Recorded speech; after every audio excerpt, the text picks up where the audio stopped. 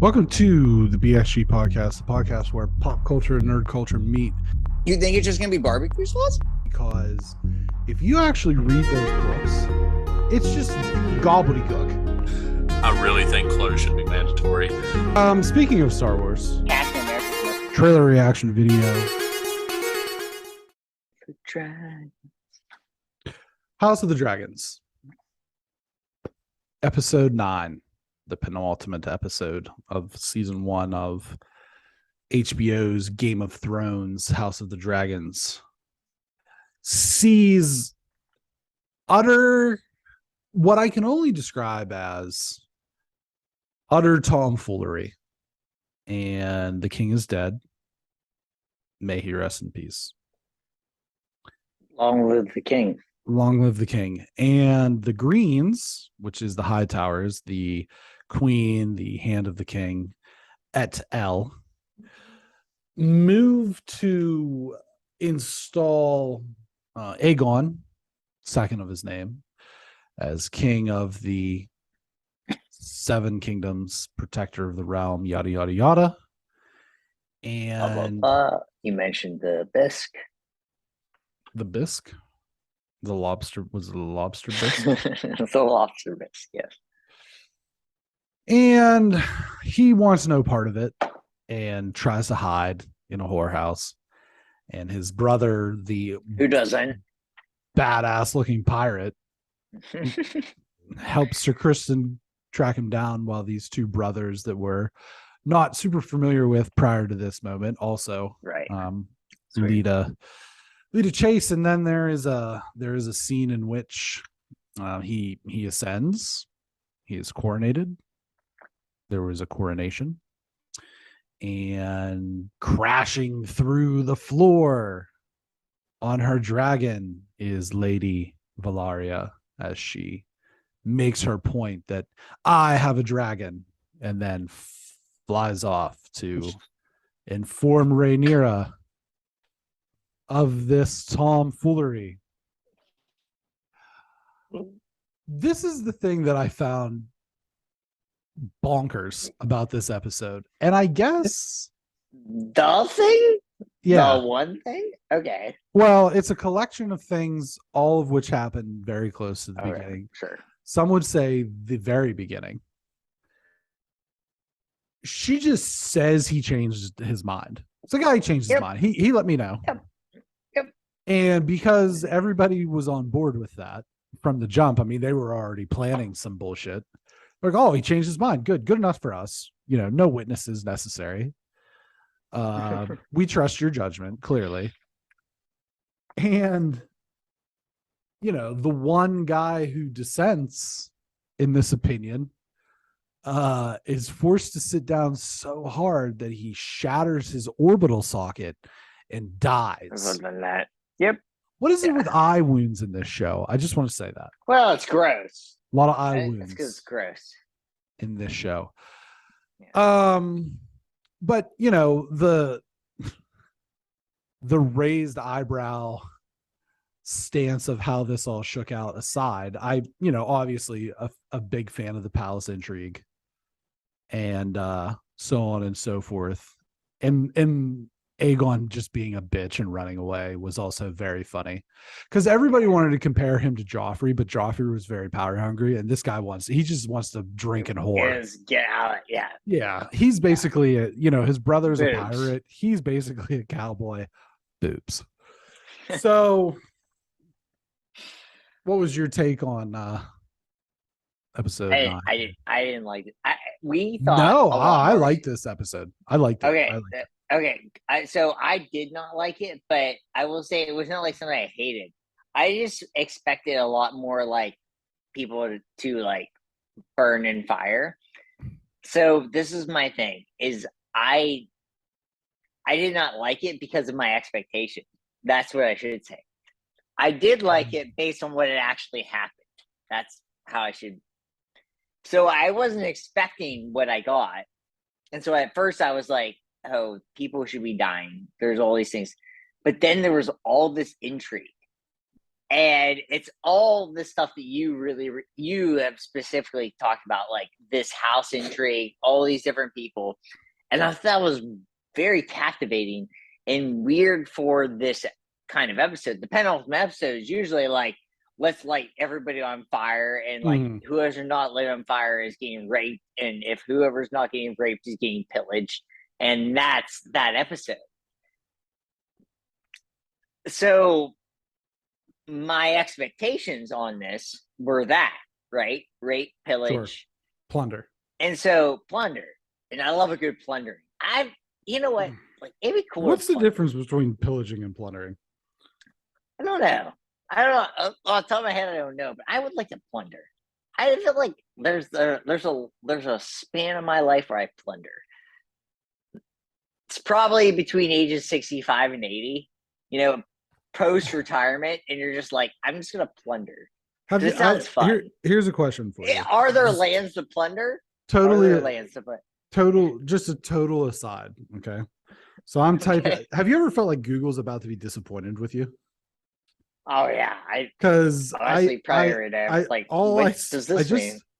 I just typed in what's the difference between, and it's like race and ethnicity, mass and weight, theory and hypothesis, affect and effect, speed and velocity. And when I finish this sentence and it says pillage and plunder, I feel as though Google is going to be just like, seriously? Yeah, Google's not going to be happy with that. So what I'll say is, like, my initial thing was like, I didn't really like this because I thought of what I thought, which you and I discussed last week. But then the more I backtracked it, I was like, this is a pretty good episode. Like, it was not based on expectations a good episode, but a good episode based on like how the show actually runs. It's like, oh, there's politics, which you really like. I am not as much of a fan of politics in this particular show. This is not like Succession where I love politics, but I think this show was a good setup episode. Again, another good episode. And then when the dragon comes from, I just LOL for the kids. When the dragon comes out, I'm just like, the fuck is happening right now? It was so, I will say, I'm sorry, it was bad. I thought that was bad. I thought it was like corny as fuck. I like did not like it. It was just so.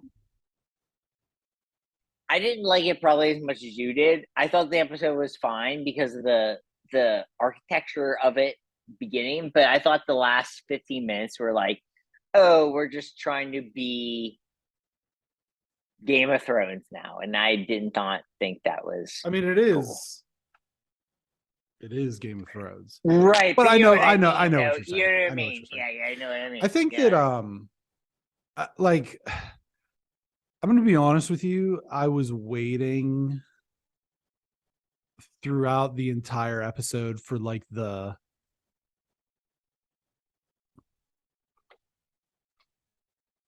I was waiting for like the Jim Ross moment of, good God, that's Daemon Targaryen's music. You know what I mean? Like, that's what I was waiting for the whole time. Shit, that's funny. I was waiting, and I could just see, and I'll tell you what, Rhys Ilfin as Otto Hightower, the Hand of the King. Yeah. Oh, hell yeah. I agree, Brendan. Because this guy, okay, here's his killer. I'm going to give you this man's, like, these are the things that he's known for on IMDb. Okay. And it's, you wouldn't have ever expected it from this guy. Okay. Notting Hill, The Amazing Spider-Man, The Replacements. Good movie. He plays Dr. Kirk Connors. He's the Lizard in Thing, Spider-Man. Yeah. And he plays the Welsh soccer style kicker in The Replacements, who's like smokes and he says, "I'm not thin, I'm weary." and stuff like that. I just never would have thought that guy could pull off a role like this, and not only pull it off, but pull it off masterfully. Oh, great! And yeah, the dragon. Sometimes with the dragons in this show, it almost feels like the producer saying, "You know what we haven't shown in a while? Is their house? Yeah, but that's what I mean. It's like, haven't shown any dragons in a while. Might as well get some of them. Might as well spend some of this money. Get some of that, some of that CGI budget. Just spend a little money." But wait, and I think that real? it's like but the palace intrigue, and like you said, you don't necessarily like the politics of. I've seen. It's interesting, but it's also been pretty predictable throughout. And I like that Aegon pointed it out. He's like, he could have changed his mind for the last 20 years. He never did. And he just tells you, okay. Oh, okay. It's like when you're it's like in 1995 when you're on the playground at recess and that kid's like, my dad already has a PS2. Okay. You know what I mean? Right. We know you're full of shit. But I liked it. I thought that PS2 95. No, that's what I'm saying. PS2 didn't come out until way later than that. Right. There was always that one kid. Yeah. There's always that one kid who's like. That's pretty up on top of that back in the day. Yeah. Yeah. Whatever. I think I thought the music was really well done. Are you okay? Oh, what was that face you were making? Face was making. You ever get that weird taste in your mouth and you have no idea? I had a weird taste in my mouth. No, it's like it's very salty, and I was like, I don't know where that came from, but no, the music was awesome in this episode. I will 100% say that. I don't know what that saltiness was from. Sorry. I'm sorry, everyone, for the weird face I made. It was salty and it was weird and made me feel uncomfortable. Yeah, the music really set the atmosphere for this episode, and stuff happened. And I'm sorry. I guess I don't really have a whole lot left to say at this point. I'm sorry. How many episodes do we still have left, Brandon? 3? One. 3 episodes? One. Oh, we just have one? I'm getting confused all the shows we watch. Yeah. I don't know if this was a great penultimate episode, because that was what I think. Initially, I was like, how many? But it doesn't have to be a penultimate episode. It's a penultimate episode of the season, but it's not the penultimate episode of what's happening here. So, right. While I was not huge on everything, like, this show is still good. Like, it's not Andor good. I will say it's not.